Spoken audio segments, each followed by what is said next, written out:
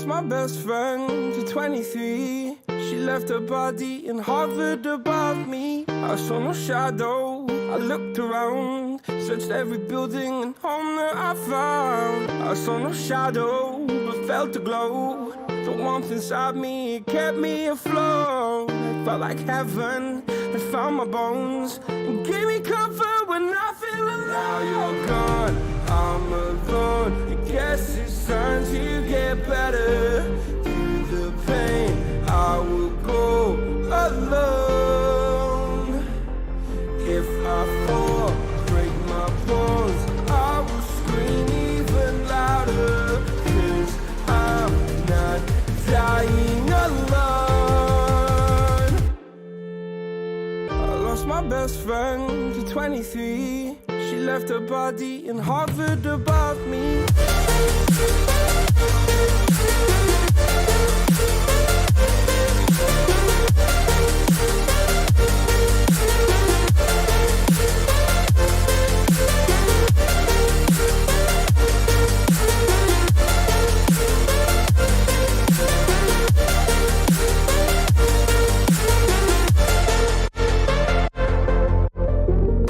My best friend to 23. I heard the heavens crying above me. The gained an angel, I lost a friend. I felt like dying again and again. I went through hell, stared at death, but I keep fighting with each living breath. I saw no way out from where I stood. Felt like the fire had burned me through. Now you're gone, I'm alone. I guess it's time to get better. Through the pain, I will go alone.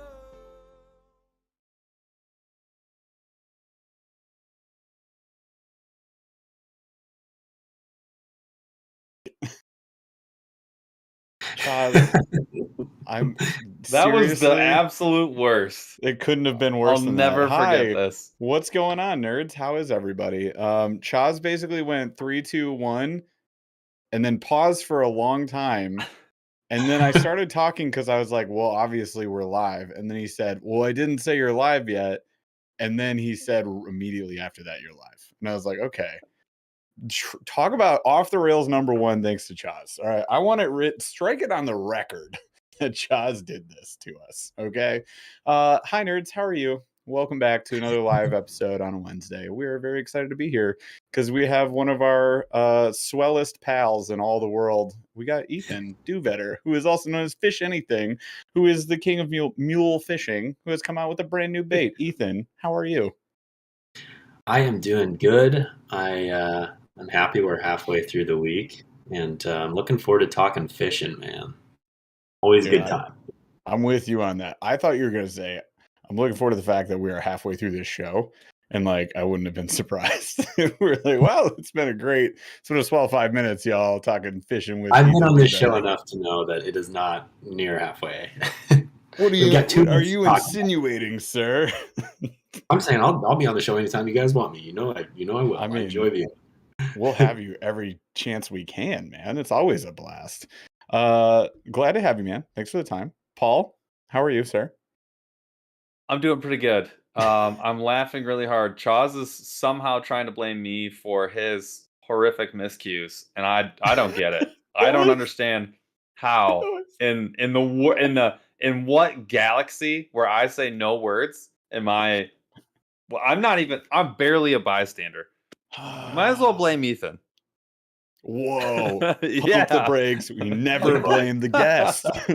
Never blame the guest. No, I actually can be blamed. I actually can be blamed because before the show, I was going a lot of different routes. We talk a lot of times before the show. I come on a few minutes early. We just catch up, check in.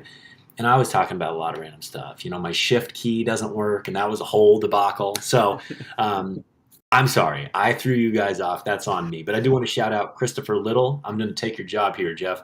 Christopher Little, thanks for the super chat. $5. Love y'all. Ordered the Craws. Excited to fish them. I appreciate you, Christopher. I love y'all. All right. Back to awesome. Jeff. Man, you're a great host. You could just take over. I'll just see myself out.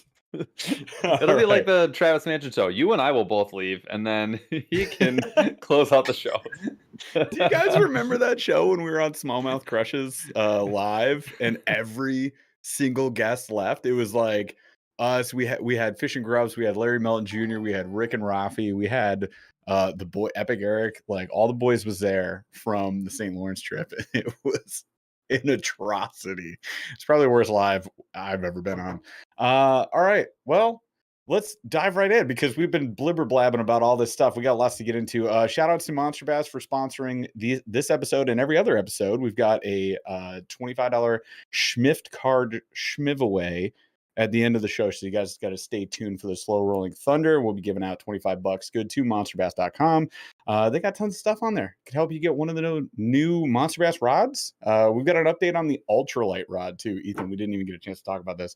The graphics, the drawing, it came in. We got some hot details in there. I don't know if Paul's going to try to show you with like several I'm not going pixels. to. I'm telling you right now. I'm looking at it. We'll show you, Ethan. Jeff and Paul. We'll show you after. But like, so we're working on the graphics, we're working on the color details, all that stuff, and we're very close. Paul, we got to send them our logo I can handle that. It's going to be on there. But yeah, it's coming along. We're pretty pumped about that. Other than that, just quick reminder: Knucklehead Tournament, Knucklehead Bass Series is underway. We start in May. We got May, June, July, August. If you guys haven't registered for that under one of our teams, please do or consider doing so. Go check it out. You can download the Fishing Chaos app to learn more about it. And it's in the description, as Chaz is telling me now. So click that link, back. Go check it out. Chaz is back. He's back on top. It just took, a little bit of time warming back up to it, right? Like we'll forgive him instantaneously as always. All right. Well, all that aside, let's get into it. Shall we? So on the last show, and was it the members only, or was it the members only, or was it the regular show, Jeff? For what? That we did Spirit Animal. Regular show. Okay, so we did Spirit Animal last week. We got Jeff way was into like it. a lumbering mid-size black bear, Thank and you. I was the honey badger. And we selected for each other, which I thought was fun. This week we're gonna do Spirit Bait, and I put no thought into this whatsoever. But we're gonna do Spirit Bait. So if Jeff was gonna be a bait, or I was gonna be a type of fishing bait, and you were gonna assign our souls to a bait, what bait would you select? Are you putting this onus on Ethan? Ethan has to decide all of our us bids? individually. We all get to contribute to the conversation and make a selection. Okay. So like, I feel like Ethan's. I want to assign him the Donkey Tail Junior is what like my brain wants to assign him. But actually, you know that Uzuri bean? Yeah, the snap beans. That is exactly what is in my head. He's like a little Hellraiser just flying around there. Just a little snap bean. All right. Yes. But I mean, obviously, he would be a cute. 6'6" snap bean if they made one. The best part is taking a 6'6" guy and packing him into an ultralight bait. But it's ironic. It's ironic. fair. You see it? Yeah, it's like naming the guy who weighs 350 and is like 6'8". You call him like Little John. You see what I'm saying? There you go. Okay. I think I love a good snap bean, so I'm good with that. 100%. Like I think Ethan is a mule minnow micro on a 1/84th ounce jig, 160. We'll go 1/80th ounce jig on a slip float bobber. That's catching literally everything in the What ponds. color though? Chartreuse? No, Dakota Sunrise. DK. I'm fine with that. I'll be whatever. That's a hard one because it's like, yeah, I fish that stuff a lot. I'm trying to like think about like, okay, what do I look like? What is my personality? Exactly. How do you match this stuff up? It's like you got to have a little bit of the colorful personality because I talk a lot. I'm a little crazy sometimes, so I like the Dakota Sunrise. There we go. This is fun. Okay, I'm gonna turn the tables real quick. Can I kick it off with you guys? Okay, I guess we'll start with Paul and I'll. So Paul, I'm gonna go with like, Paul is just like a 3.75 inch. I'm gonna say, hold on. It's a tube, but I'm thinking of the color Bama Bug. I'm going Bama Bug, 3.75 inch tube. I love that so much. I can't even Accurate describe depiction of his size. Very old. Accurate It's to my just height. classic. Anatomically correct. little bit different color, not like a standard green pumpkin. Like Off the beaten path. He's got too much personality for the green pumpkin. The Off the Bama beaten bug path, is but very ancient it's a good bait. choice. I like it. This is very Yeah. good. Well done. I'll take that any day. All right, Jeff, what's Paul? Okay. So gosh dang it. All right. Paul, to me, Paul would be I like the choice of the Bama bug. I'm gonna go like a different, crazy color. I would say maybe more of he's got to be reddish. It's like a red bug or a plum. What was that color worm we were looking at? Plum something. We'll go red bug worm. He's a shaky head, but it's like it's gotta be. I'm gonna give him like a 3/16 ounce shaky head in red bug, and he's just like tearing it up. I like it. Jeff Lauer goes, Paul's a wigglewort. The original old man bait. The original old man bait. Pretty I good. was thinking Pretty old man good. bait. I was like, you know what? He's been a shaky head guy lately, and also like the red color. It's a crazy color, red bug. It's got like that blue flake in it, some crazy flake color, some flashiness. It's got to be red. You're wearing red now. I do it a lot. You got that ginger energy. That ginger. You know it. Hey, I'll bring it. I am what I am. So I had putting no thought into this whatsoever. I think Jeff would be. I'm gonna have to think about this for I need 30 seconds, but I'll take 4. I will go with. Let's do the color. Well, dude. Yeah, what color am I? The color is actually pretty difficult. Right. The color is difficult, but I think Jeff is chartreuse. I think it matches the kayak way too much. It just made sense. So Jeff is definitely going to be a chartreuse something. Jeff Lauer says Jeff would be a whopper plopper. I disagree. I mean, I think I would tend to disagree. Is it weird that I just had you pegged as a jerkbait from the second we I was writing this in? I was gonna say a jerkbait. It makes sense. I can't even say why. It just it matches up. If I was gonna draw you as a bait, it would be a jerkbait. I can retrieve at all speeds. Kind of depends on my mood. Someone said weightless fluke, and that made a lot of sense. Ooh, just also a big chartreuse. Felt really good. Flexible bait. Yeah, definitely catches them. But again, off the beaten path. Not common. Yeah, not common. I don't know which one I like better. I think I'll probably go with weightless fluke. I think that's what I would do. Fair. Jackhammer? Somebody said you're a jackhammer. Oh, it was noisy for sure. Noisy. You're a hellraiser. No, if Jeff was not afraid to lose me once in a while, I think I would be a very specific buzz bait distributed by the Monster Bass Company. I donated another jackhammer on Sunday. Same lake that I lost 2 on last time. You're gonna single-handedly poison that lake. I'm just trying to keep Z-Man in business. I'll go by. I like spirit bait. I think we need to think about it and bring it back next week. I think we need to circle back on spirit bait. I need an hour to dive into this one. I need to meditate on it. Yeah, you need to really give it a lot of thought, and that's what I've been trying to do with Jeff. I'm I could see him going several ways with a bait here, and I feel like I got to trust my gut reaction, and I feel like I'm going with just a full-size Zoom brush hog, and I would go with a June bug color. So yeah, he's not a baby brush hog. No. This guy is a big guy. He's a full-size brush hog. At least I'm a 3.75 inch tube now. I'm glad I'm not a 2-inch tube. That makes me feel. I'm not talking about that. Was more just it's the tried and true. I don't want a mag flipping tube. Those things, they don't catch us in the smallmouth. It's more versatile.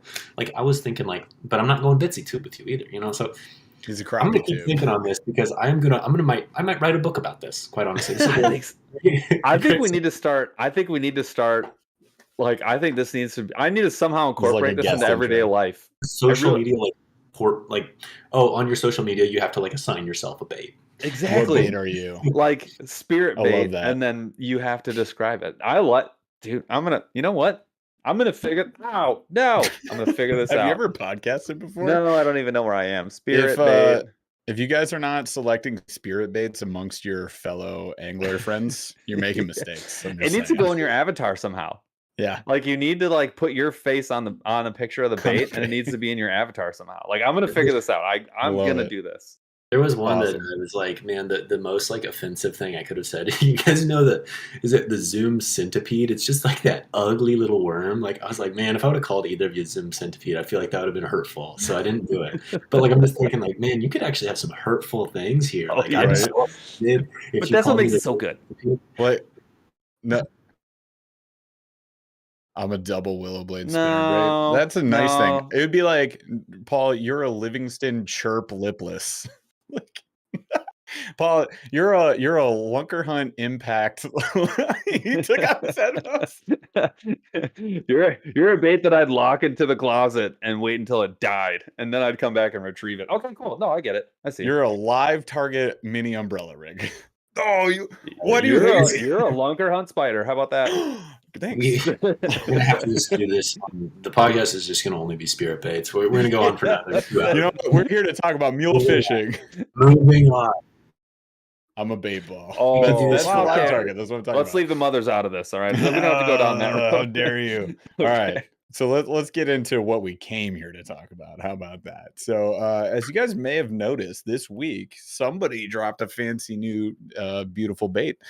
And who was that, Paul? Who did that? It wasn't Do you me, but it It was wasn't you. Ethan. Okay. It was What? the mule fishing. Is it company? Incorporated. LLC. Mule Fishing LLC has dropped a brand new awesome bait, and only Paul has it, and he is hogging them all and not sharing them with me. Absolutely. The mistake, Ethan, that you made was you sent it to Paul. Well, That means okay, I get a thought you bunch. guys- it feels like you guys are always together, so I screwed It up. is no. You didn't This at is all. the You, only you weird did it exactly period. right. Yeah, The this lighting was- is like this was still really weird. bad, but it's called. Ethan, do you want to introduce it? I'm gonna hold it up. I'll Yeah, let's let Vanna Ethan- White you. Give us an Yeah. intro on this bait. Yeah, so for those of, I mean, I know a lot of you probably have already seen it because I've tried to blast it all over social media, and I know a lot of you have already supported, so I want to say thank you before I even go down that path. It's just like, I really, really appreciate the support of Mule over the last couple of years, and then specifically with this launch happening this week, it's been really, really awesome, and it really is so nice, not only the support, but also just like the kind comments, like that means the world to me, so thank you. But this is the Mule Fishing Burrow Bug, and this is a 1.8 inch little micro craw. And this has been a bait that I've been actually thinking about for like years and been designing actively for some time now too. And so essentially what it's all designed for is really just the same as mule fishing at its core. It's a light line multi-species bait. Now, you know, one of the big things that I was definitely thinking of at the heart of the design is a lot of like fishing in current. So like your creeks, your rivers, your streams. I think that's going to be where I primarily like to lean into it. However, it'll work pretty much anywhere you have crawfish. A couple things on why I thought a micro craw makes sense is, number one, crawfish are obviously a huge part of the diet of several fish out there, from smallmouth bass to rock bass, freshwater drum, green sunfish, warmouth, list goes on. Yep. Fish eat them, they like them. The thing about crawdads that I've always kind of thought, and maybe this is more of a theory than anything, but I've always thought that the larger a crawfish gets, less likely fish are going to be able to eat it because they put up a fight. They got big claws. It takes a lot of energy. And what I know about fish is that, in general, they like to consume the easiest calories they can get. And so the rationale with a micro craw is the fact that it really should open up the doors for significantly more quantity of fish, but it still should open up the doors for those quality fish too, because at the end of the day, if they have a smaller, softer crawdad that has less defense mechanisms, then you ultimately should, you know, attract more decent bites. So that's kind of like at the heart of it. That's what it's all about. I could talk about it for hours, so I'll let you guys get to your questions, that sort of thing. But anyways, again, I appreciate all the support. I love it. And it came in how many colors? 6, 5? 5. Yeah, Paul goes 5, 6, takes up. I'm pretty sure it was 5, but Yeah, yeah, that's 5. Pasture Fire, which is like a brown with juice. orange. Mhm. Green pumpkin, black flake, always a staple. Black and blue, Mm. and then one that's called Rodeo Clown, which is like a plum and a June bug laminate. And I just think this is going to be so good for like stained water conditions. Yeah. And then Ranch Hand, which is like the most natural, like simple brown crawfish. So I felt like that 5. Thing with Mule is I never really go really deep on colors. Number one, because I'm still a small company and inventory is not, you know, if you overstretch yourself in inventory, that's not a good business decision. Right. It's that simple. But The other thing, mule is all about simplicity. And I don't think in 99% of situations I felt that these 5 are going to work. So ultimately I'm more about making a core base of colors that are going to work for you in different situations across different water clarities, and less about the glamour. And quite honestly, the fishing industry likes the glamour, and that's not what Mule's about. Yeah, it's those baits that catch fishermen, right? Like these are baits that absolutely catch fish, and that's what people got to get straight. And if people don't believe us at this point, with how long we've been fishing mule and how many fish we've hooked up on with these dang baits, like I don't know what else to tell you guys. Like it's the realest thing there is, and extremely affordable. As Paul and I went on a, what was that, Paul, $200 shopping spree on mule, I felt like we just kept going, and I was like, what else do you want? We still got like $20 left. Like, what do you pile more in there? Let's keep going, dude. There is, yeah, it's a good deal. And if you guys haven't picked them up, I mean, consider using our link. It's in the description below. I'm pretty sure you'll like these. It's hard to tell which color is my favorite because the black and blue is really good. It is. Like, I feel like Pasture Fire is such a great all-around color. I plan on fishing it a lot. Green Pumpkin's fantastic. Ranch Hand was surprisingly one of my favorite colors of the horsefly. Like, did you end up fishing that a lot, Paul? The ranch hand through the ice. Oh, I was thinking rodeo really clown. Good. Yes, correct. 100%. Yeah, the brown black flake. Like, dude, that color is absolutely awesome. But yeah, I'm excited about the black blue because I kind of want to, like, I've got a bunch of micro jigs that I don't use that much, and I would like to start using them. Skirted jigs, right? So obviously we've got a bunch of micro jigs from Mule, but I would love to start using some of these like little mini flipping jigs and swim jigs. I got some Beast Coast ones. What was I think we got the Thunderhawk ones, that purple green pumpkin one you got. That's like gorgeous, but super the light wire grunt. Yeah, that was Thunderhawk, right? Have you guys seen the Kitech like mono? Is it called like the mono spin jig or something? It's a Kitech. It's just a tiny freaking jig. No, and I've been I want to try that. I'm gonna go buy one right now.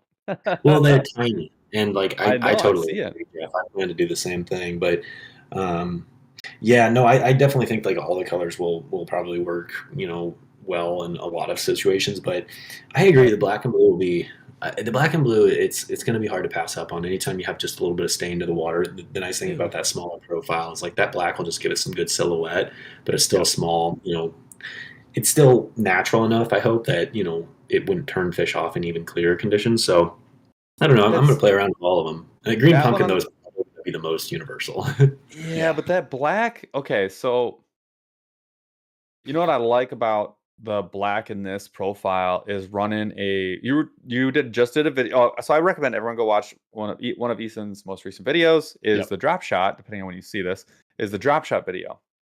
And dude, this black one on a drop shot is like screaming at me because like how many times I have been like, oh, I won't use black, the black one. And then all of a sudden on the drop shot, those darker colors sometimes really do really well. And I think it's because it looks like leech.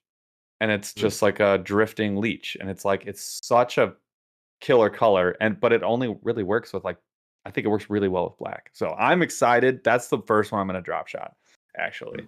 Micro drop shot's so good to me lately. I have become hugely into that rig for the drop shot or for the ultralight, and I have to be honest with you, like it wasn't always that way. Like I've always used it, but I think recently I've honed in on it a lot better, and I've gotten just feel more confident. And I've been catching a lot of different species, but it's great for perch, it's great for panfish, but the big old pike on that thing the other day was just consistent bite. And they must have been spawning or something, but I didn't think about it until after the fact. But that little rig works well, and I think that this bait is designed definitely to work well with it. And I even have played around with like a micro Texas rig with it, so like a number 4 like EWG Gamakatsu. If you can find a number 6, that would probably be the better strategy. But they make number 4s pretty available. Like I got mine at Discount Tackle or whatever, and little 1/16 ounce bullet weight. It's Yeah. a sick little rig. And anyways, yeah, that's the bait's meant to be versatile, right? So um, it'll be probably primarily fishing on jig for me, but definitely sky's the limit. Split shot rig, drop shot rig, Texas rig, and I'm sure some people will do some of the. There's a couple other more like Asian, Japanese type rigs, like the Cheb, that they call it Cheb something head. But there's a lot of different various Tokyo rig, all that stuff. I'm sure that'll all come into play. Yeah, Um, I co- love okay. that, and Paul just picked up a bunch of micro drop shot stuff, I got so we're excited to use that too. 4s, 2s, and 1s. Mm-hmm. Just because I wanted to have them. But the 4s were the ones that I bought a 25 pack. I'm like, well, that should last a week. There's a few. But yeah, the 4s was what I was targeting. So I hadn't picked up 6s, but I might have Yep. to. Question on the drop shot. So I've actually never drop shotted with my ultralight rig before. Not one time. And I have a question. So I went and picked up some 1/16ths and some 132s drop shot weights. I'm holding them right here. These are actually I think these are actually pretty nice, and I thought, a really good value. I'd never heard of this. An Amazon brand, right? Yeah. Yeah. I got these on Amazon. NACO? Yeah. My question is, what's your weight of choice typically when you're running your ultralight? Well, it's interesting you picked those up because it's not common to find that stuff. So I haven't really played with it a whole lot. Yeah. I typically use an 1/8, and I've gotten to the point where an 1/8 has actually been pretty comfortable for me. I think the 16th I think you should fish that because I think that'll be really good in a lot of cases too. I'll be curious to hear how the 132nd works. I think like in the more calm days and like a little shallower, I think you'll like that one a lot. But I definitely think there's a gap in like the availability of micro drop shot weight sizes, and so I've looked at that a lot. Just being honest with you, and so I'm glad to hear you found some. But yeah, an 1/8 is what I curious. These are readily available. Amazon anytime. It took a minute to find those because you look at any brand you can think of, they do not go below 1/8. Yeah. They don't. We looked at every single one. Like Paul and I were on the phone for like an hour, and we were scouring the internets for those. And yeah, those are the only ones we could find, really. So, yeah, but it should be interesting. What's that? What hooks did you get, Paul? I went with I'm pretty Gammas? sure I went with the Gamkatsu. The ultralight, the one that's got the mid bend in it. It's not the super shallow one. Nice. Cool. Yeah. They were pretty keep cheap. me posted, guys. I know you will. Oh, I will, for sure. My other question was actually going to be about this jig. So I'm actually looking at the jig that the Kitech, this is the tungsten one. I don't know. I'm assuming they're all tungsten because it is a micro jig. The mono spin jig. Dude, it looks really, really, really cool. So they have a brown, they come in 332 or 116. So I'm making that happen. But they have a bluegill tiger, which is actually kind of a crappie color. They have the brown and purple, which is a really classic sort of ultralight. I don't know why, but a lot of ultralight jigs come in a brown purple. I don't know, I feel like they more so than other types of jigs, they come in the color green pumpkin and then like a brown, which is like a dark green pumpkin. So you got like 4 options. Dude, I'm definitely running these. They look really, really cool. I didn't even know that they come with a number 3 hook. Yeah, this is awesome. That should work. Dude, that looks freaking fun. Like I want to try this so badly. So I'm gonna do that for sure. That was actually my other question for you. Is like what other than, because my brain, I immediately was like workhorse jig. Like, and I put it on that. What sizes were you running? And were you running mostly bottom contact, or were you like swimming and getting this like drift and fall? Because obviously, if you go to 332, you can get a little bit on the big side, right? But if you are in that, I don't know, 132 size, like where were you rigging them up? What weights? So with the Burrow bug like that, I'm glad you asked because like the Burrow bug, and I feel like I didn't super elaborate on this in the videos that I made. So I think this will be a better opportunity to kind of elaborate. Is one of the biggest things, like the biggest thing that I focused on when it came to like designing the Burrow bug was dimensions. And what I really, really wanted was, number one, I needed it to be, accurately depicting a crawfish, right? I want it to be natural. I want it to be the right dimensions of an actual crawfish in the wild. The other thing I wanted was versatility in rigging. So we talked about all those other rigs, but more specifically with jigs. And one of the things that I love the Donkey Tail Junior, I love the Horsefly, but they are semi-limited in scope with regards to what jig you use them on. They're smaller profile, and that makes them great for what they do, but you can't use like the 1/16th or 3/32 with ideal rigging on those with mule jigs. But with this, I purposely made the body just a little bit deeper and wider. And so essentially what you can do with this is I can rig pretty much any of the mule jig lineup on this, and that was the goal. So I would say 1/64th would be kind of my starting point. You could do a 1/80th. I think it's probably unnecessary for this bait, but I'd say a 1/64th would be my starting point. Go all the way up to the 3/32. I've caught fish on both ends of the spectrum. This is a 3/32 one that I fished and caught fish on, and it's basically almost like a Ned rig at that point, except it's even smaller profile. I would say primarily where I will probably land personally is I probably will lean into the workhorse jigs quite a lot. Because that number 6 hook is kind of the sweet spot. I would say it rigs really, really clean, and I like the way that this sits with a workhorse jig. With a mule jig, it's going to stand a little bit more vertical. With a workhorse jig, it's going to have a little bit more of your natural lift, just due to the head design, right? So in those deeper water conditions, workhorse jig, and just anytime there's current to the point where I want just a little quicker fall, workhorse jig. But if I'm fishing pretty shallow and it's not super windy, I'll probably go with like a 1/32 mule, 1/64th, and then sometimes go with some of the bigger mule jigs as well. But versatility ultimately is kind of the goal here. The other thing that I did want to call out is this is symmetrical. So, this side versus this side, you rig it one way, maybe you catch 20 fish and you start to tear it a little bit at where the hook comes out. Flip it around, do the exact same thing, and it'll just continue to prolong the life of that bait, which was super important to me. Like, and that's something that I feel like I don't talk a lot about, but like ultimately, obviously I use this plastic to extend the life of the bait, but I always look for ways to do it even further. So the same thing applies to the mule minnow, right? You can rig it up, you can rig it one way, flip it around, rig it the other. You can trim it down, change the place where your hook point comes out. Horsefly, same way. You can technically rig a Donkey Tail Junior or Donkey Tail upside down if you want to, but even after the boot rips off, you can fish it as a Ned rig. So It's always about extending the life of your bait. It's always about hopefully you actually buying less gear in the grand scheme of things. Sure, I love it when you buy mule stuff, but I don't like overconsumption of gear. Like I want you to be able to get as much life out of a bait as possible.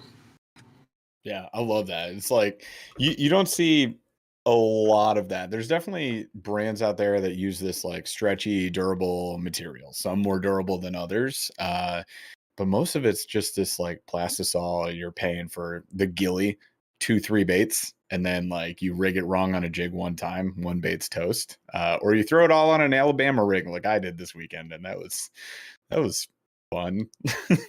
Like I was getting sleeted on and just throwing the most ridiculous A-rig that I could possibly come up with. It didn't work, but that's just the way it goes sometimes. But I appreciate that you're there to make sure these guys can go on your site. They can pick up 3-4 bags of stuff and a couple jigs, right? And they can go hit the water. And we know from experience, and hopefully they find out, that is going to catch them hundreds of fish. We joke about it all the time. We have a lot of the same packs that we started out with when we first found out about you. It's insane. I can go back, and then what I do, and Paul does this too, is I start taking the trays out and just like doubling them up. So I have packs that are just like trays on trays on trays, so I don't have to take 15 bags of donkey tails. So you just gotta buff them out, baby. They'll fit a few trays in there. Yeah, and so if you put all the colors like loose in a pack, they would potentially bleed into each other. So always watch out for that. But like with the trays, what I do like to do, and I know like Ramon does this, he's in the comments, and several other people have done it. Yeah, it's exactly what Paul's showing is you can take them and put them in the other slot. The multi-pack. Now it is, you're probably not going to burn through, 3 of any one bait, right? Unless you're snagging them and breaking them off consistently.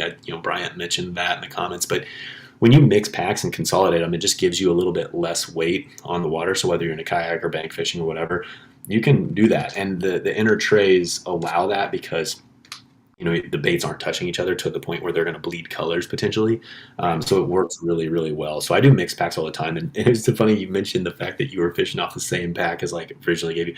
I have like from the original like launch of the Donkey Tail Junior, like some of the packs, I'm just like, oh my God. And you know how much I fish them, right? I mean, like sometimes I'm like, wow, I fish my stuff like so much. Like I hope people don't think like that's all I use, but it's like it kind of is all I use now. Like Who cares? I made it for me, right? Like this stuff is made for me and for everyone like me, and that's why I fish it so much. But either way, yeah, I love the fact that they last so long. It's really, I'm really, really, really proud of where we've come. It's taken time, but we're getting there. Dude, it's awesome. So when y'all are going out and you're waiting and you got your fanny pack, your fanny fish pack out there, you just need your multi-pack of your mule and you are good to go. By the way, Paul, we still have to do our fanny pack bank fishing video. Our fanny packs are backpacks. So I have I mean, it's just a very large fanny pack. We have a Fish Lab fanny pack. If you haven't heard us say this I before, have it right here. It's hilarious. That holds a 3600 size box. It's insane. It's not a fanny I like pack. my actual fanny. I like my actual fanny pack. How big of a fanny you got, bud? This is. I mean, I do a lot of squats, bro. I do a lot of squatting. It's a lot, but this is definitely for the squatting lumbar support. Fanny. He's gonna need the 3700 series. He needs a 3700 size fanny pack. That guy's got a bodacious. It's a 3700 deep, my friend. Oh God, we did have a question that I actually want to go through before we hit the mid-show segment, which I think is gonna be pretty funny. Yeah. So I already lost him here. Okay, so this was from Justin. He said, "I'm new to fishing. How are you guys fishing the donkey tails?" And he goes, "I just kind of crank them in." So what, like, ask Ethan. I would like to, well, he's not wrong. So you're first of all, Justin, you're right. Works. Cranking them in is a good way to do it. That is where I would recommend that everyone start. Not facetiously. I mean, legitimately just reel it in. But there are a couple of tips that I would give you as to how I feel like I've been the most successful with the full size donkey tail. I have so much confidence in that bait. I feel like I can, if they're chasing bait fish, I feel extremely confident that I could catch any fish in the lake at some point. And that's just for me. But Ethan, I would say if someone was like, okay, I've just been throwing it out, cranking it in, what tips would you give someone that's fishing the donkey tail to maybe find a place where it's going to be more successful, or some tips on how to like take it to the next level if they wanted to try something a little bit different? Yeah, so I'm also seeing a couple questions around like what size hook on a drop shot donkey tail. So donkey tail junior, I'm usually like a size 8, I want to say, hook. Full size donkey tail, I'd probably bump it up to maybe like a 2. Anyways, as far as where I'm going to fish the just like the full size donkey tail or the donkey tail junior and kind of how I'm going to fish it. So number 1, burning the bait or just slow rolling the bait, just a steady eddy retrieve totally works fine, right? Like I gave it a boot tail for a reason. It's a swim bait, right? However, I will tell you, more often than not, I don't fish it that way. I tend to do a lot of like your typical Ned rig type retrieves, and what I mean, and I've got a ton of videos on all this stuff. So, and I'm sure that these two do as well. So there's plenty out there to look at. But what I mean by that is a lot of cast it out there, you let it sink to the bottom. Once it gets down to the bottom, you might kind of pick up some slack, shake it a little bit, reel a couple times, let it drift, sit for a while, so on and so forth. And now it's just kind of one way, like I'm just kind of spitballing here, but a lot of drifting, a lot of dead sticking, and a lot of like slow twitching. Another thing I kind of like to do is, we have a lot of weed lines here in Michigan.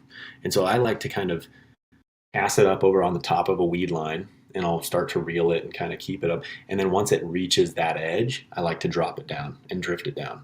Or even paralleling that. Like if there's an edge, paralleling it, kind of drifting it down, twitching it up, reeling my slack up a couple times, drifting it down, so on and so forth. So again, I could go deeper here, and if you ever want to, if you ever want more information, feel free to DM me on Instagram. I like doing this stuff. I like talking about this stuff, so I'm happy to go further. And then donkey tail, general rule of thumb, I tend to fish a 1/16 or a 3/32 ounce mule jig. Donkey tail junior, I primarily would fish a 1/32 ounce more often than not, 1/64 ounce if I'm fishing shallow water, really still conditions, and then the workhorse jig lineup if I'm trying to get more depth but still target, jumbo panfish and whatnot. So that's about the most detailed answer y'all are gonna get anywhere. So we're just we'll leave that right there. And I think after we do this mid-show segment, let's talk about a bunch of these rigging options. And what I would like to get to before we end the show, and I threw this in the show notes, is if I had the mule lineup, like what is the best way to utilize this arsenal to attack any body of water? I think that could be useful for people. So we're going to get to that, you guys. And by the way, we're getting close to that schmiveaway time. So this is usually the part of the show where, one, prepare yourself. You got a chance to win a schmiveaway. But two, invite your friends in here because we still got this quota that we can hit. Get enough viewers on here, we might throw a bunch of tackle into a bag, just have some hooks poking out of a Ziploc for you that we'll ship right on over to you. I still got all these baits, man. This is like 1/64. Jeff keeps showing that and never shrinks. It doesn't. And I've been giving them away, which is the craziest part. But I got a bunch of bait for you guys. I don't know. It's like getting an extra large salad. Like I just keep eating it, and I'm like, why isn't it going anywhere? I ate all the chicken. The lettuce won't go down. All you guys got to do is hit the magic number of viewers, and we're not going to tell you because it's magical. We'll tell you when. But it's 150. So we have a mid-show segment, and the mid-show segment is usually where we call out some comments that we've seen the last couple of weeks. This is more of like a Jeff. I don't know if you picked one out or not, but we did a video on the monster bass rods. So we got we got 2 rod tubes full of the monster bass rods. I had only used one of them, and I actually really liked it. And it's a rod that I don't use very much, which is why I actually really liked it, because it like forced me to go into a rod that I was like, I don't really use like a medium action bait casting rod too often. And I used it consistently for like, I don't know, 6-8 weeks. And I was actually really enjoying fishing it. So then I got like the rest of the lineup. We got the medium light spinning setup, and then we got all the bait casting rods. And so we're like, let's just go see what happens. We're gonna go fish it. So we fished it. We had a banger day. It was a ton of fun. I caught a nice 3.8 ounce largemouth, which I was 3.8 ounces. A little bit bigger than that. 3.8 pounds is what I meant. And it was I get you a lot of them. Get a lot of those. Harder to get than you think. You got to snag them. But a 3.8 pounder, which I was really excited about. That doesn't happen very often that you sniff the 4-pound mark, so I was happy with that. But the comment and like the general concept of the video is like, the rods are pretty good. They are a little bit on the expensive side, which is not. I wasn't surprised about. We had told people before, like, it's someone getting into rod manufacturing, they're going to lose the shipping game. And that's where you are struggling, is they don't have the economies of scale to negotiate on the freight. And so they pay a little bit on the incoming because they don't have like a bunch of rods coming over. And then they pay a little bit more shipping it to you because they don't have the volume going out. So, I mean, right on its face, like I knew it was probably going to be $15 overpriced, and that's roughly where I think it probably is. Like, in my opinion, if you had a gift card, if you got there's always in a Monster Bass box, there's like a 10. You could win a schmiveaway on our show, get $25 off. I feel like you're hitting value at that point. But if rod in hand, it felt really good, and all of them felt really good, and they're all a little bit overpowered. I will say that. So like the medium, heavy, fast. It's like a little bit faster than like a typical fast. That's true throughout the whole lineup. That's my opinion, man. But I feel really confident saying that. But I mean, all in all, super nice rods. And Jeff and I were both extremely skeptical. And then we found out who was doing the rod designs, and we were like, oh, well, that's legit. And then we found out what the specs were, and I was like, oh, well, it's actually pretty. This is top to bottom, like this is solid. And I like that they targeted not high end and definitely not low end. They're right in like I would say center of like the, typical rod value. So the comments though were like, this is they were something to the effect of, this is a $140 rod that is only worth $50. You can get the same rod for $50 somewhere else, was the basic comment through and through. Prove it. Well, show me that rod. I honestly, show me. I'm surprised, because I think the one thing that people tend to not understand, and you really can't get it, it doesn't make sense until you get the rod in hand. The higher the quality graphite is really hard to explain to somebody because you can't see it. Yeah. Like I'm telling you, you're getting 3 times the quality, right? You're getting a significantly more quality graphite rod. It's lighter, it's smaller, it's really got the sensitivity that you want. That doesn't come through in a video. And you can't I can't hold them up and be like, "Well, see how this one's way better than this one?" You can't do that. And I actually feel like that was the one thing that Monster Bass was like, "Well, we're going to get high quality graphite Mhm. and we're going to make you pay for it." And again, someone's like, "Well, this Walmart rod, this fine rod, there's nothing wrong with it." But someone's like, "This Walmart rod is $75 and it's got the same guides." And you're like, "Well, yeah, but like that's not they're not this these are two different these are in totally different categories. Like these are not Yeah. comparable." But that was like It's the the general same the in general vibe on that everything. video was like, "Those rods are trash. Yeah. They're wrapped garbage and you guys are just repping the company." I was like, "Oh man, we did There's not." there's nothing that we can do about that, like, regardless of, what other people do out there, like, if you got a channel or a platform, you say, like, "I wanna fish this thing," and then, like, that company goes, "Hey, I'd love for you to be on our team," and we say, "Oh, cool." Like, we liked their stuff before they brought us on board. But then you use their stuff more, and they're like, "Oh, you're only repping it because you work with those guys." It's like, "Okay, well, we can't escape that."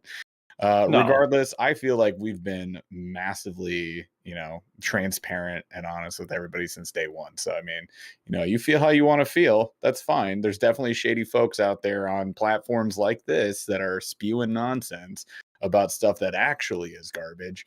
And that's fair. It's totally fair to be skeptical, I think, about it. At the end of the day, like, we're really digging these rods. We're going to keep using them. So, there you go. The only way to really find out is like get your hands on one. And I know it's tough to do. They're not in stores. They're hoping to potentially in the future maybe get them in stores. I don't know. But if you schwinn a schmiv away, maybe consider picking one up. So I don't know. Ethan, we got to fish together, and then we'll get one of those rods in your hands and you can try it out. Hey, I'll definitely fish them, and it's like I think I totally understand like what you guys are saying on all this stuff, but yeah, don't sweat the small stuff. Like ultimately, if you believe in Oh, we it, don't. then keep fishing it, right? And if you Yeah. don't, then you communicate the feedback on what would make it better, and that's all you can really do. But ultimately, like, hey, once we get together, and I do intend to. It's like honestly, last couple weeks, months have been pretty crazy, but now that we're getting into warmer weather, I'm hopeful that we can get into each other's area. Whether I come over there, you come over here, or we meet in the middle. I do want to fish, and I'd love to try one. And nice thing is for me, for your guys' sake, it's like I've done 20 plus rod videos, and I am not biased at all, right, to a rod Yeah. company. I'm not. And the good news is, if I test it, maybe I can validate some of your thoughts, and then hopefully that's another, voice that maybe. So either way, we can chat more about that. But I definitely want to try them, and I think I commend you guys on all the hard work because I know that kind of stuff isn't easy. So I'm excited for you, and I look forward to seeing that ultralight. Heck yeah, man. Appreciate you're getting an ultralight. That's the deal because I'll be like, here, please review this rod. So you're definitely going to be fishing that one. The medium that they make though, the medium that The they make, medium has like become our they're favorite. that jerk. It's like there's two of them that are really good and they're kind of a tie. But the M3 jerkbait rod, Yeah. it does a lot of things really, really well. Like really well. And the fact that it's a little faster than a lot of the mediums that are out there, it puts it in the category that's like a little bit higher than all the other ones because it can Yeah. do like all this stuff. Like it's actually really good for single Kayakers, bait. Yeah, that's the thing. I was sitting there and I was like, I'd go to grab another one to test it and be like, man, but I really kind of want to put it You on this kept one. going back. Like I kept going it's back it's a too. real what length was that rod? It's a what was it? 7.3, length? 7.3, I think.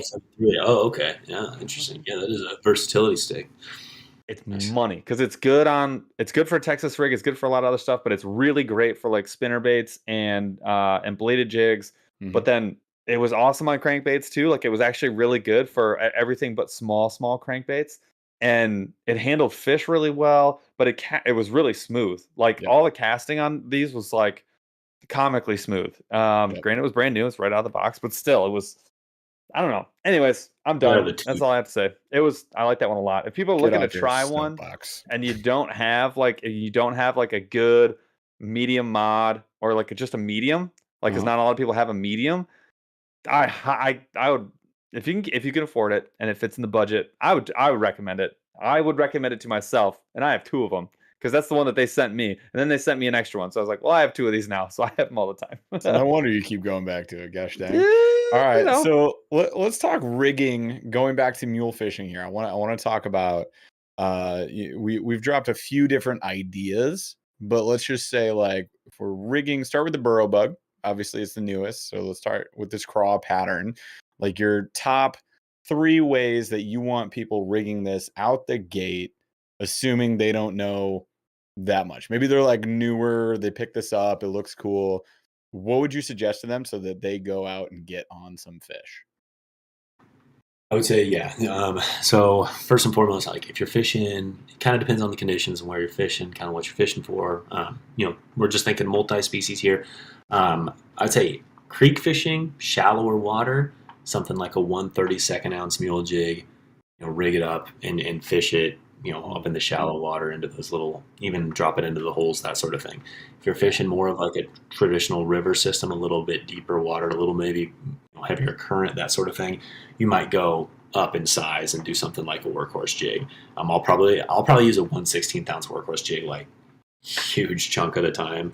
I just really, really like that jig personally. Not to say that I don't like the others. It's just like we all have our styles, and me personally, like that 1/16 ounce workhorse jig, I'm going to use this a lot in any areas where I'm fishing, like down to even 10 or 12 foot of water. And then if you're fishing more lakes and ponds, I think, again, kind of that 1/32 ounce mule jig, and then even into the 1/16 ounce mule jig and 3/32 if you want to get a little deeper.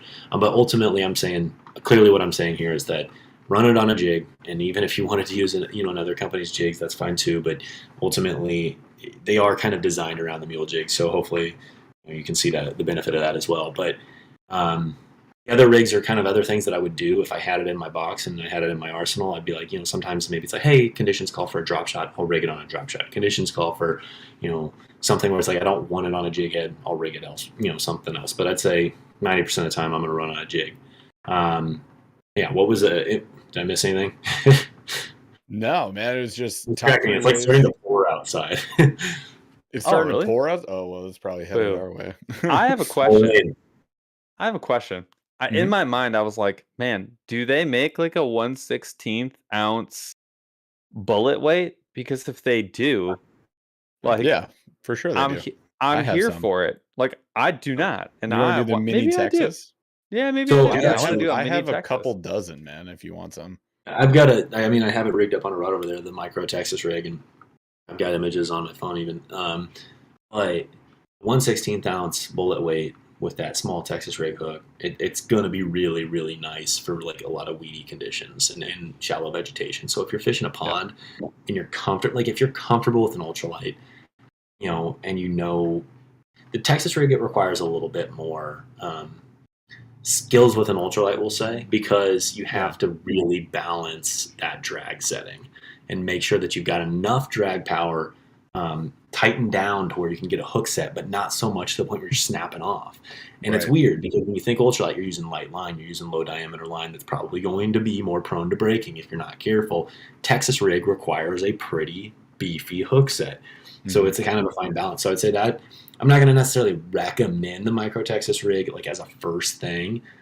But if you get a little bit more comfortable and confident in an ultralight and you understand how your drag works and you get like dialed in with your rod, that micro Texas rig's gonna be sick. And just to be clear, like that applies to any bait that you fish with a micro Texas rig. That's just with regards to ultralight fishing.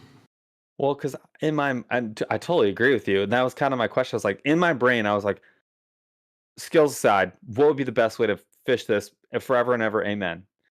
The first way, which I'd never really messed around with, was a jig, like a skirted jig. I was like, a skirted jig would be so cool and fun 100%. on a spitting setup. Like, that was cool. And then my brain was like, wait, if I had that on mono and I had it on a BFS, I would all of a sudden be like, maybe I want to try the BFS game, because I've been kind of out on BFS. I've never been like, jig will be good for BFS. Yes. I want to try it so bad. And then I was like, wait a minute, I could run a Texas rig and I could do that all the time. And that would be so fun. And I would feel like it was cool. And then now I really want to just try it. I got so excited, just like, and I've only been excited about BFS like the first time I found out about it, and then like never again. Like, Well, I actually until think, like, this. I never even thought of this, but like you kind of started talking about it, it's like a micro Carolina rig even could be interesting. And the reason that it'd be interesting is like it's buoyant, right? So Yeah. this is going to come up above a weed line or above, a bunch of rocks and pea gravel, and it would float up behind that Carolina rig. And then when you pull the Carolina rig, it's going to ignite those claws. I didn't really talk about the fact that claws have a little ridge on them, and they have a very, very tight pulse. I'm going to play with that. So I know. The microlina. Well, even a free rig. I mean, even a free rig, because that's just like a really simple setup. Which is why you got your super light teardrop weights that we could use. You didn't get the sliding ones. I do have some. I got the 1/8 ounce. That's cool, man. You can Yeah, I run still it have the on 1/8 from I can mess Lou. around with it. Now I'm over here like, okay, I would do. Oh, so I would like. boy wants a BFS. I would like to do a BFS is whole- cool now. It wasn't cool before. Now it is. but It now- wasn't 2 days ago, but now it is. I think that it would just be a lot of fun. Like, so actually, my question for the end of the show is like, what are you like super excited to try and mess around with this year? And usually there's like a theme for a year. Like I'll get into a year, and sometimes I discover it later, but there's usually something where I go into it. I'm like, this is what I'm going to mess around with this year. I'm going to focus on like X, Y, and Z, and I'm going to try and get like better at this thing or whatever. I'm going to donate a significant portion of my season to something. Life. And Got it. yeah. And like, and in my brain, I was like, all of a sudden, I'm like, yo, I could do like 10 videos on ultralight baitcast setup and running like heavy gear style stuff on something like this. Like that would be fun. I would be glad to donate my time to like finding a good setup that I felt like made a lot of sense, messing around with a couple of different rods at different lengths, and finding the right line, right? I think that mono makes a lot of sense. Dude, I'm in. I would do that. That'd be so fun. This is the most interesting conversation I've ever had because I've been trying to get your butt to do some BFS fishing for Why would so I do that for long. any other things other than this? It Literally, makes no sense to me. micro chatterbait was enough value for me to just start BFS. But you could do that on a light. I don't need the ultralight. I don't need the BFS the for that. Yozuri snap beans. Like, I think you guys are kind also of known like as me. the Ethan Do Better. We're bass fishermen that have kind of evolved into more multi-species, and I know, Paul, you've always kind of been multi-species, but I'm like bass fishing at my core. I went in and started getting really hard into ultralight, made this company, did a lot of things, but I still have bass fishing in my heart as far as like how I fish, how I approach things, how I think about things, and that's why mule is the way it is. Like when you really look at mule, it's just like, hey, it's like micro bass, like not that crazy, but I think we think about BFS similar, I see Christopher in the comments like, yo, I like BFS. He loves, and I know he does. Like, and some people just love BFS because it's just like an art to them and they enjoy it and it's what feels right. It's what feels comfortable. For us, I feel like we take more of like a historical bass fishing approach, and it's like, well, this isn't necessarily what feels right for me right out of the get-go.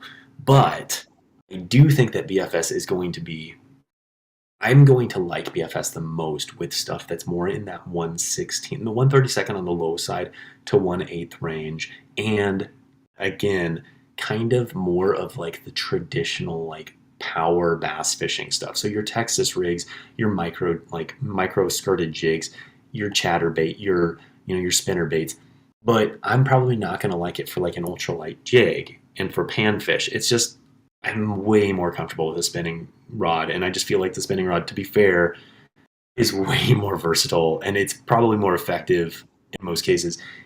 Again, I'm not dogging on BFS. I know the BFS community loves their BFS, but like spinning rod and reel is way more effective for a lot of things too. But And would you ever a light or a medium light? Would you tell someone, no, fish the Ned rig, light, medium light, anything under a 1/4 ounce? No, do that on a bait caster. Do that on a medium light bait No, you would never tell someone that. It's less sensitive. There's less full-time contact. It has almost too much power. The reel is overpowered in almost every instance. I don't see a huge benefit like at this time. I think like there's gonna be like these spot niche things, right? Like to me, it's like BFS. You're like 6 foot BFS ultralight rod, whatever. Trout fishing, creeks, streams with lots of overhanging brush. I get it. Like makes sense because like a spinning reel, it's got the free bail. You have to close it. Like it keeps going. You know, BFS, you slow it with your thumb. It's like there's benefit in those close quarters. Got to have an accurate cast situation. But people don't talk about this. It also requires BFS proficiency. And oh, by the way, that with real ultralight gear takes a lot of time on the water in practice. Your common BFS reel, even your $500 BFS reel, it's not like this super efficient like casting thing. Like anybody can cast a $30 spinning reel and not mess it up. Whereas like even a really advanced bass fisherman, like BFS fisherman, you're gonna get bird's nest if you're not like super like proficient with that reel. So either way, like definitely I feel like there's niche aspects of fishing where BFS like makes so much sense. It's not gonna, I don't think it doesn't have a mainstream appeal to me for a lot of like bass fishing applications or just fishing applications in general. And we'll see where it goes, man. We'll see where it goes. It's very new to like the United States, I would say in general, and it's exploding fast. And I feel like more people will invest in it and pour money into it, and that inevitably will make it better. I'm 100% down to run that Kitech jig. I'm 100% down to run the Texas rig. I'm 100% down to run a Carolina free rig. Like that all sounds amazing. And I might go like 332 and 130, you know, that's maybe If it. you get the right, 116. Like that's it. And gear, you could. Yeah, and I'm probably upsizing the mono a little bit. I'm not going to run the 4. Maybe I'm going to run 6. And I'm like, dude, that still sounds like a wicked ton of fun. Like I'm in on that. That sounds fun to me. That's my niche, and I'll almost exclusively target bass. If I run into something else, great. But I'm bass fishing, and to me, that's worth a setup. I would, like I said, I would do 10 videos on that. I think that would be super fun. I want to tie on little mini baby size EWG hooks. Like that just sounds like that sounds great. I'm in for BFS if that's the game. If the game is run the ultralight jig, like an ultralight jig, like a 1/64th jig, I'm out. It's I've just never difficult done that casting. on a It's difficult BFS. casting with less sensitivity, and like there are so many body baits that are just for me a lot more fun and easier to run on a BFS than anything else. And then the chatterbait, man. Like I'm in. mostly, I'm in. I like the handle on a bait caster for winding. I'm with you. Right, exactly. So if I got that moving bait that I want to get up to speed, that I want to burn, you know, whatever, then the BFS made sense. I don't use it that much, but I mean, all I got was a Cast King Zephyr and the Shimano Sensolite. So I mean, it's on sale, a sub $100 combo. So I mean, I'll take this for several baits that I'll use it for, and bank fishing, and especially in the summer, like wading with the micro chatterbait. I'm in. Blast. I'm in for that. I will do, and this unlocks it though a little bit for me. Yeah, I like would this unlocks like a lot of river fishing for me that I can bass fish, like real bass fishing. And yeah, I might trim down some other baits and give them a shot. And that to me though is like, I don't know, that clicks in my head. That makes sense to me. I'm feeling the bass fishing. I actually feel like there's a benefit, right? I can even go upsize on the weight a little bit. And I would probably enjoy it more. But you won't catch me often, unless that's the only rod I brought. You wouldn't catch me grabbing the BFS for a 332 ounce. Man, we always find a way of talking about BFS, and I always have the same answers. I'm sorry. No, not at all. Yep. No, it's always finds a way to weasel its way back into a conversation, right? Because it's interesting. Yeah, I'm down. I wasn't down before, but now I am. But only if so it's this. Curado BFS. I would do it. I would try it. All right. I might try one. Never gets used. Yeah, he's got the dust collector. When we get to fish together, I'll bring that with me. You fish with it all day. You can say, make a video fishing with Ethan's BFS rod. I stole it.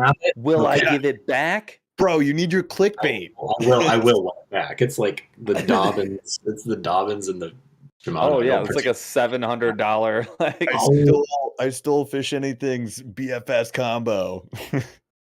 Keeping No, it. don't do it. Perfect. He's like, no, but really don't do that. Not clickbait. It's not appropriate. For real. I want to try it. Beat me up. I want to do it so bad. Here, how's this? When we fish, when we get our rod, I'll give you the first edition of the aggressively average anglers times monster bass ultralight rod, and then you can give me that, and then you'll have the collateral. It'll totally make sense. It's not even close. Sounds great. Let's do some trades. Yes, our rod's only $90. That's not the point. No. $290. That's still not there. It's still not there. We'll trade for the day. He's got the $400 combo, and you're just like, here's my $90 rod. See you later. You can have one of my shoes too.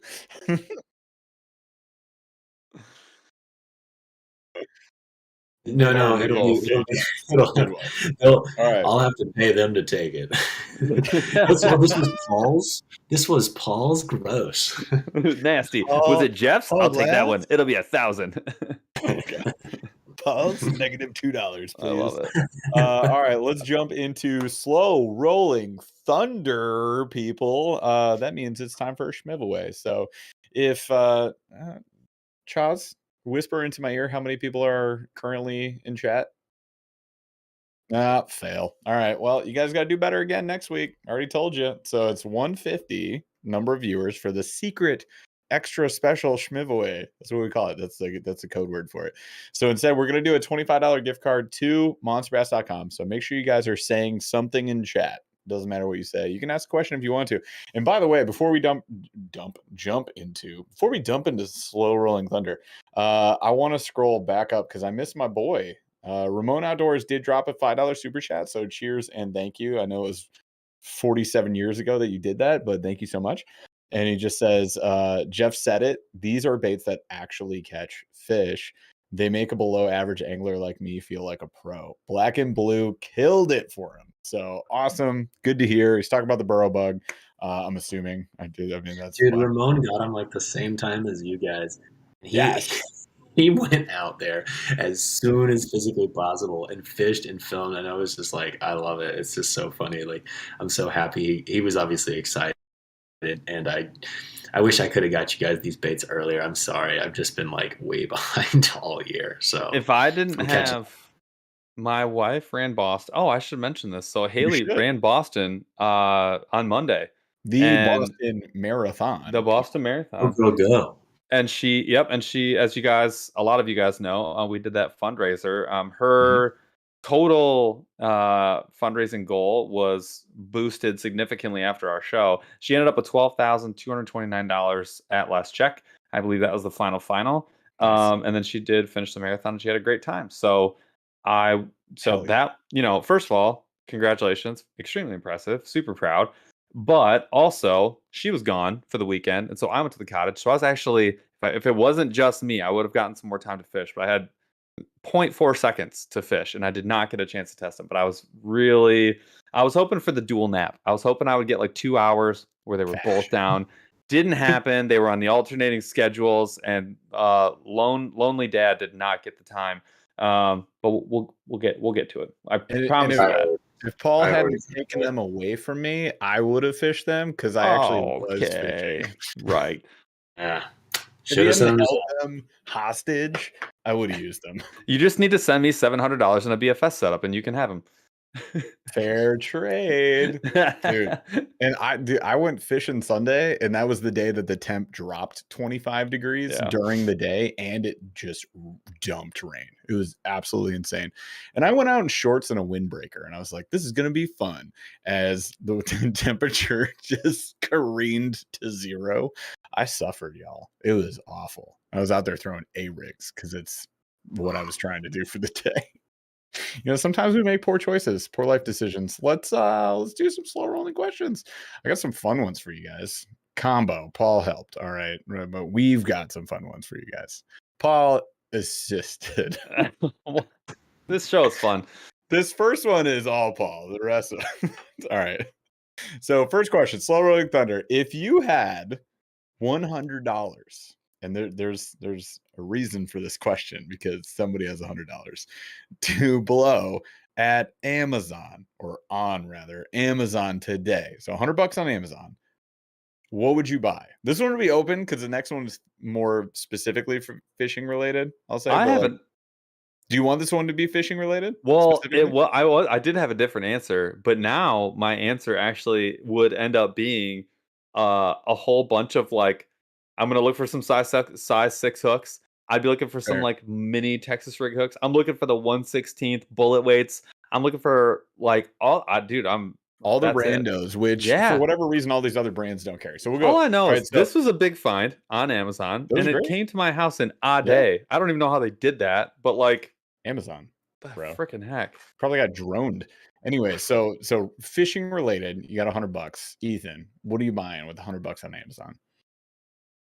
This question gets to be harder, definitely, because now I just like I have too much gear, and I don't like actively need anything right now. Like I don't, and Yep. so it's hard. But I think what I would probably do is I would take the 100 and I would probably focus in on like line, and that's like not a very fun, exciting answer. But I would I would make sure that I'm like set up with all like my favorite braids, and then Yep. decent leader material.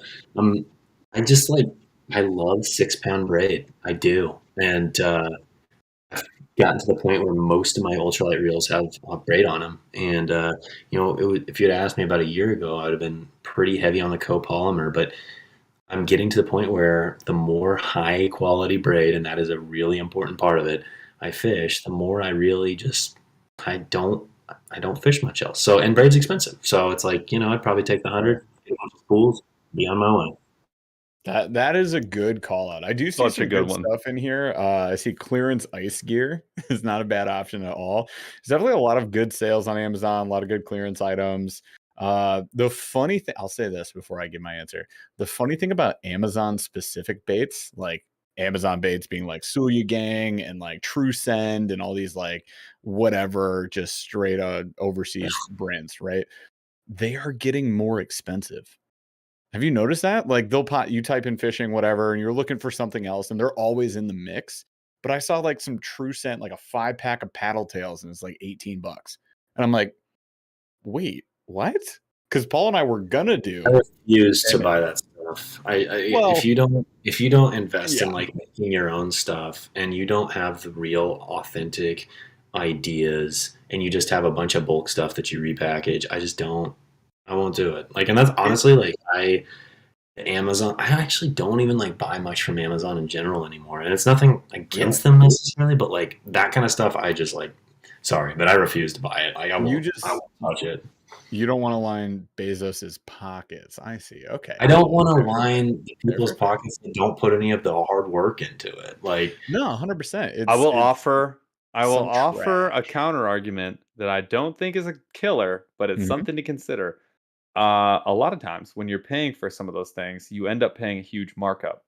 And a lot of times an Amazon or a Target or whoever is like, well, yeah, but like I can make that thing and just not give you the markup. And you're like, for example, this is a bit basic example, but you remember those marshmallow skewers, the ones that extend, right? They're Yeah. like 2 wire pieces. If you wanted to go buy one of those from a brand, like the brand that invented them, they're like $18. They're Yep. like $4 at Target. Yeah. No, I mean, Well, and well, we've got a I follow-up wanna question for I that. wanna take no, I agree with a metal prod that requires no thought, right? Like, but I don't agree with like, like let's say something that requires a lot of time and innovation and a lot of thought and a lot of potentially investments, right? You've created a market, you've had an original idea, you've put a lot of hours and time and money into something, and you create it, and then a year, 2 years later, somebody just makes a knockoff, produces it in bulk, doesn't have a brand, they just slap it on their website because they've got scale, and they're just totally burning you. And it's like Left. they took all the original creativity out of it. It took all, and like, what costs money is the innovation. That costs money, that costs time. And so like I struggle with the super bulk no brand, no true like authentic creativity. I avoid it. And again, I'm with you. I don't know. I want to like, I'm like clearly getting triggered here, but that stuff bothers me. I just Oh, I it can't should. help. Well, it's your realm of genius, man. So of course it's going to trigger you. Like this is where you live, right? So I totally get that. The baits are mostly garbage. I think we're all aware of this at this point, and they go up in price is what's baffling me right now. But I digress. Anyways, if I were picking some stuff up, people put down in chat here some yak accessories. I think that's a great call out. Tackle storage, tackle bags Backpack. are a good option. I was thinking tackle bag would kind of be like where I'd end up. Pliers, SPF 120 sunscreen is not on my list. Chaz, no, thank you. Down with big sunscreen. No, no, no, no. But then I would say like maybe pliers, tools, simple things like that. Stuff that like I don't really care where this comes from. Pliers, it's like I'm gonna lose these over my boat at some point. They're gonna disappear, so I'll just get them on Amazon. Somebody get goes back. $100 in big levers. $100 big levers is a good $100 on one big lever, the biggest of levers, is a pretty good.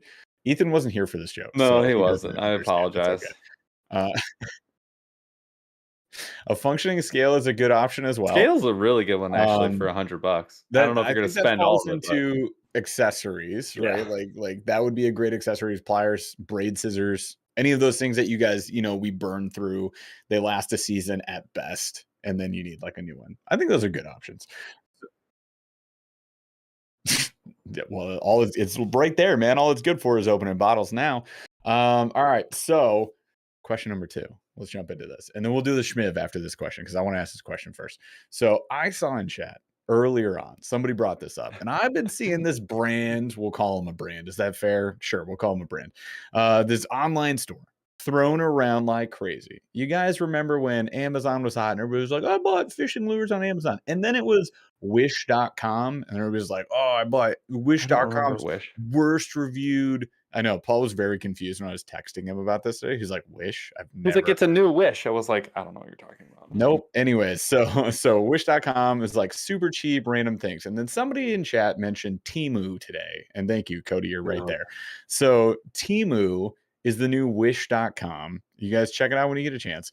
And it's kind of like if you went to AliExpress, Alibaba, like you're basically buying just instead of in bulk, you're able to buy singular. Because on Alibaba, most of the time you're getting like 100 pins or like whatever. Like you got to buy a mass amount of something to get this insane discount with the intention of, reselling. In this case, Teemu is like wish.com, but supposedly delivers faster. This stuff, okay? They do have a fishing section. Now, here's the question I'm kind of proposing, right? Because Ethan, you've been through all these rounds with YouTubers doing this stuff, and Paul's been through apparently not wish.com, but also Amazon. And I've been through all this too. What's the lesser of the 3 evils? Amazon products, Wish, or Teemu? Like, gun to your head, you got to pick one. Which one are you going with? Which one's the worst or which one's the least worst? Which one's the least worst, right? Because none of them are good. We all agree on that, I think. I think everybody's on the same page. Yeah, cool. So you have to pick one of the 3. You have to buy fishing lures. Which one of those 3 are you going with? Amazon. I'll go Amazon. What I'll do is Right. I'll find a company that is trying to make it, and they're listing their own stuff. And they're unfortunately paying those ridiculous fees on listing something on Amazon. Oof. There's a reason you won't find mule stuff on Amazon unless it's someone reselling it. I have zero desire to do like business there, because it's just like make it super painful. But also, anyways, I would find like an actual like company I like, and I would buy it through Amazon. They just happen to be the distributor for it. There you go. But I don't even know what Teemu is, that it scares me. I don't want to go there. I don't want to get a virus. I'm not comfortable with all those weird websites, man. Like, I call me old fashioned, but I just buy from like who I know and trust. You and Paul are the exact same person. Paul is going to say the same thing. He's going to be like, Amazon, because I know it. Exactly. All right. So I'll tell you what, guys. What's an emu? What's an emu? Well, it's a type of animal. You're telling me I'm going to give an awkward looking ostrich I'm gonna give a My small credit card number. ostrich. That's Who what think I'd give him $100? And he's gonna send me Bates. You're out of your mind. This is Teemu. He's an Don't emu. give emus money. They don't even want money. He wears a yellow raincoat and he stays out back of the Taco Bell. You give Teemu your $100 and he will give you 5 fishing lures. Okay. I'm on Ethan's side. I'm on, obviously Paul's just playing Switzerland here. So I'm on Ethan's side, and that is, Amazon's kind of like, you can find real people on Amazon. Teemu though, you guys, we're gonna go buy some Teemu stuff because I just need to know what this is. And too many people have been saying it in comments, in chat, and like I haven't seen anybody else making videos on this, so I'm gonna do it. We're gonna take that risk. I can't believe Paul. that people know what this is. I don't like, how big is Teemu? Is Teemu like, you never heard of Wish because apparently you live under a rock, but I mean it's a pretty massive website. Like they sell everything you can think of, and it's usually just the cheapest possible form. So like you can get a fake AirPods on Teemu, and you could back in the day on Wish for $9. And allegedly they work. So we're not doing that. That's not our game. All I want to do is I want to find, honestly, the weirdest ass lures that you can find. And I want to get a bunch of those because I think it'd be fun. We were on Amazon, Ethan, the other day, and we found a tailspin that has 2 Colorado blades off the back. I'm like, so these are just smacking into each other? Like, what's happening here? I mean, allegedly it's supposed to maybe both spin, but no. I'm with Josh. You know what's sad about this though? Like, you can do your video.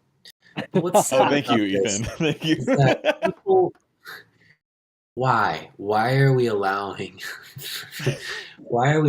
that crap to get I'm with sold? Joshua Simonson. Be prepared for lots of trash. Don't support it. Like, don't give someone that puts two blades on a tailspin the opportunity to make another crappy bait. Like, don't put money into it. You see it as supporting on a singular purchase. I see it as like, I buy that and I say, hey, guess what, guys? This is terrible.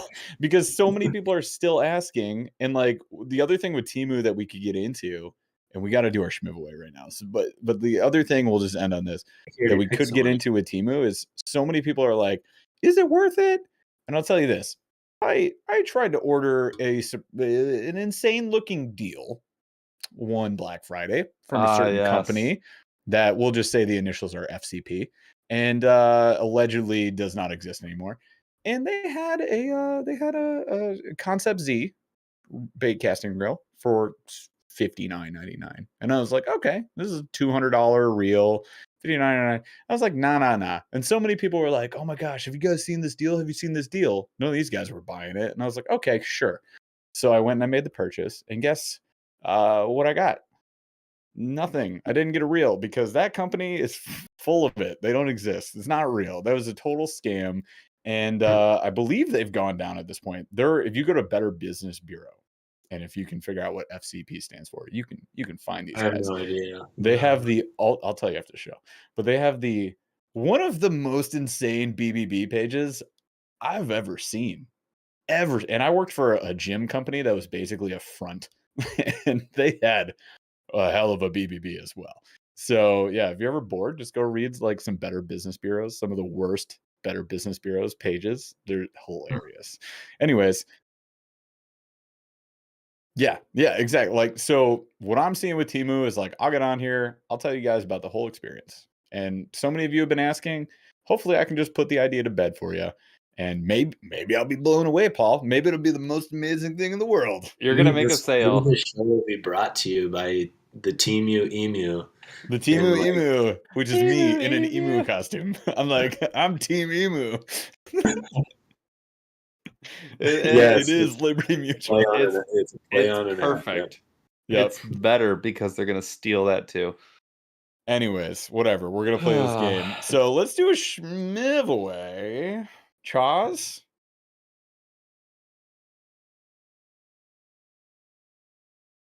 Oh, wow, this happened while we were just arguing about Teemu the Emu. Oh. I intended to get to it. All right, well, Bryant, congrats, bro. Nice work. Brian. Nice work. My guy Bryant is always commenting. He's awesome. So Dude, it pays good- to comment, good job. y'all. All right. Well, we've had some fun tonight.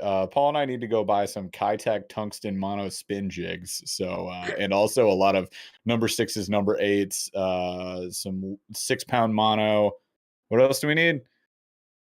A whole bunch of like ultralight EWGs. And two BFS setups. Two Curado BFSs. You know what, you guys? We got a lot of not money that we don't have to spend. All right, so let's do that. Appreciate y'all for hanging out with us. Ethan, thank you so much. You're like, are you our most reoccurring guest? Gotta be. It's between you and Debo. You guys are Debo. in contention. And go buy the freaking Burrow bug. That's pretty darn good company. He's so cool. Like I need to go back and try to watch some videos. I haven't talked to him in a while, and I haven't watched any of his videos recently. Just been crazy busy. I don't watch very many videos at all, but man, he's awesome. So I'm happy you guys have him on so much. Absolutely. I mean, we bring the best guests back. Guests that aren't that fun, they don't get the invite back. They don't get to come back. You gotta have fun. You gotta bring value. And you, my friend, are top tier. You're S ranked. You're at the top of our list, brother. So we really appreciate you. Appreciate your time. Congrats on the Burrow bug. Y'all, Paul just said it. Go pick this thing up. You can use our link in the bio below or in the description below. We appreciate that if you do that. But ultimately, just go get the thing and then go catch the fish, because that's what these baits do. All right, y'all. Thank you so much for hanging out with us again. Ethan Do Better, as always, go check him out. Fish anything on any of the socials. And you can also just follow Mule Fishing, which Mule Fishing also has a channel on YouTube, correct? Like we got both? Correct. So follow both of those everywhere, y'all. Paul, you can follow Paul places too. Paul_J_glass still. Is it? It is. Oh. You never changed it. Remember back in the day, we were voting on it. We voted on like, what should Paul change his name to? And we had why I never many changed good it? names. You know why I never changed it? Why? Because I only post there like just to keep it alive now. Once a day. I post on our other one to on the main actually gig. do stuff. The other one's just like, yeah, I'm alive, I'm not dead. All right.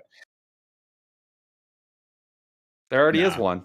And I actually know him. You know he actually is a photographer. Yeah. That seems to make more sense. Yeah, I think you need to be camera guy Paul_J_. And there's actually two camera guy Pauls. There's a guy with camera whose name is Paul, and he's a professional, like very, very renowned wildlife photographer. I follow him. He's one of my favorite follows.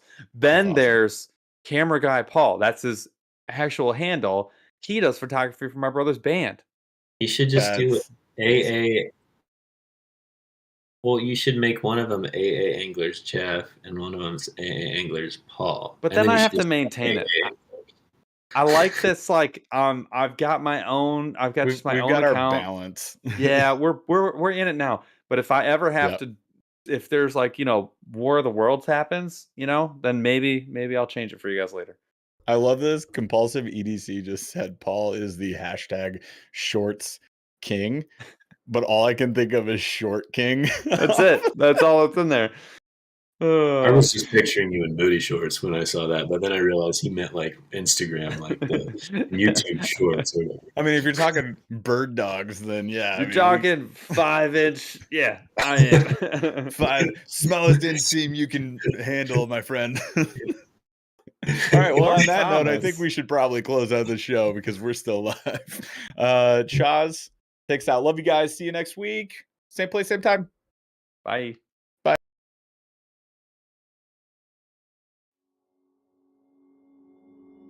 Took a swing at a wrecking ball and I prayed for my downfall, and I found a way to reconcile, 'cause in my heart it's not worthwhile. It's a bloody battlefield where some go down, others heal. In the end it's all the same. All you can do is play the game. Oh, do we say goodbye? Refuse to question why. I deserve to say I'm sorry, so lie. Pretend